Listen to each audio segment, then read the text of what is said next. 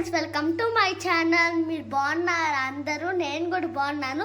ఈరోజు అయితే మా మమ్మీ ఒక రెసిపీ చేస్తుంది, చూసండి. ఈ రెసిపీ చేస్తున్నావు కదా ఈరోజు, దీనికి ఏమేమి కావాలో చెప్పు. ఓకే రా, ఇక్కడ తీసుకొచ్చే. ఇది ఈరోజు అయితే నేను ఫ్లెక్స్ సీడ్స్ అంటే అవిసె గింజల పొడి ప్రిపేర్ చేస్తున్నా.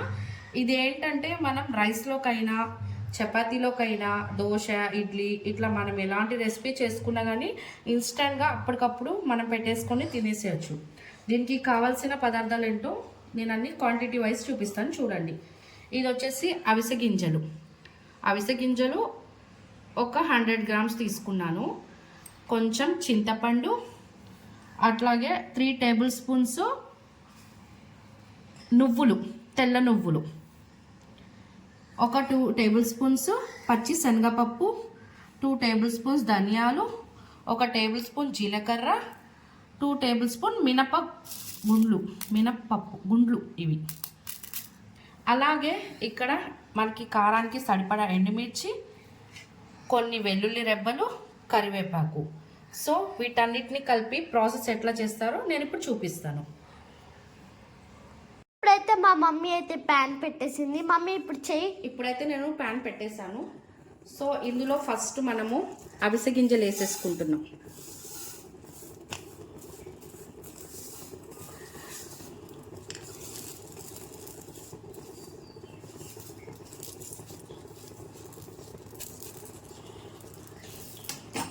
సో ఈ అవిసె గింజల్ని కొంచెం లో ఫ్లేమ్లో పెట్టుకోవాలి. మనం లో ఫ్లేమ్లో పెట్టుకొని కొంచెం అవి చిట్పట్ అని సౌండ్ వస్తాయి మనకి. అప్పటి వరకు కొంచెం మనం దీన్ని ఫ్రై చేసుకోవాలి. సో మనకి ఇట్లా చిటపటలు ఆడుతున్నాయి చూడండి వీడియోలో. ఇట్లా చూసుకున్నాక మనం ఇవి తీసేసుకోవాలి. నెక్స్ట్ ఇప్పుడు ఏం వేస్తారు? ఇప్పుడు కొంచెం ఆయిల్ వేసుకుందాం. ఆయిల్ వేసుకున్న తర్వాత మనం ఇక్కడ మిగతా ఉన్నాయి చూడు, ఇవి తిల్లు, గుండ్లు, పచ్చిపప్పు, ఈ మూడు వేసుకొని మనం ఫ్రై చేసుకోవాలి ఆయిల్లో. కొంచెం వేసుకోవాలి, ఆయిల్ ఎక్కువ వేసుకోవాలి. మిక్స్ సేమ్ ఇవి కూడా కొంచెం లో ఫ్లేమ్లో ఫ్రై చేసుకోవాలి.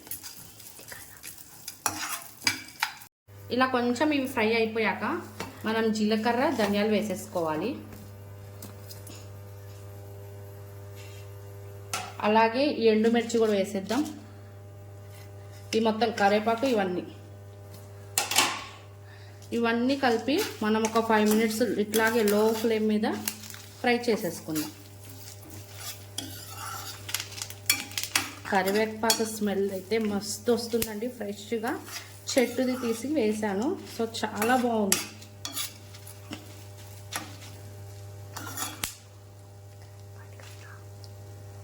చూసండి మమ్మీ, ఇంకేం వేయాలి?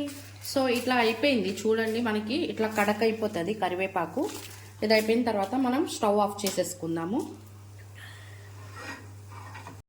సో ఇప్పుడైతే వీటన్నిటిని తీసి ఒక మిక్సీ జార్లో వేసేసి నేను ఇప్పుడైతే మిక్సీ వేసేస్తున్నాను. దీంట్లో మనకి కావాల్సిన చింతపండు కూడా యాడ్ చేసేసానండి. ఇప్పుడు కొంచెం మనం సాల్ట్ వేసేసుకొని మనం మిక్సీ పట్టేసుకుందాం దీన్ని. మమ్మీ అయితే ఇప్పుడైతే నేను అన్నీ వేసేసానండి. దీంట్లో వేసేసి మనకి కావాల్సిన ఉప్పు వేస్తున్నా. ఫ్రెండ్స్, ఇంట్లో అయితే ఉప్పు వేస్తారంట. మా మమ్మీ కూడా ఫస్ట్ టైం ట్రై చేస్తుంది. మన రుచికి సరిపడంత ఉప్పు వేసుకోవాలి.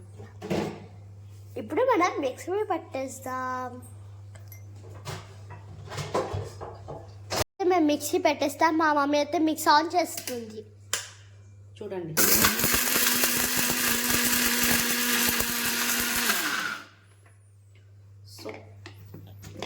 ఇప్పుడు ఓపెన్ చేసుకొని మిక్స్ చేసుకొని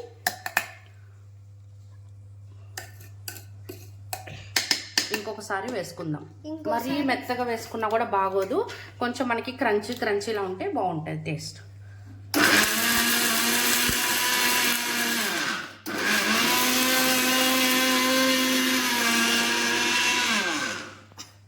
ఫ్రెండ్స్, మళ్ళీ ఓపెన్ చేసి మళ్ళీ మనం మిక్స్ చేసుకోవాలి. ఇట్లా కొంచెం సో చాలు, ఇట్లా ఉంటే చాలు మనకి. సో సో ఇప్పుడు మమ్మీ తీసేసుకొని బాక్స్లో వేసేసింది.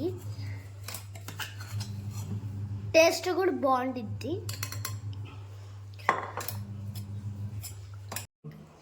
ఫ్రెండ్స్, మా మమ్మీ ఇది చేసింది. ఇప్పుడు స్మెల్ మాత్రం సూపర్ ఉంది, చెప్పడం కూడా అవసరం లేదు, అంత బాగుంది.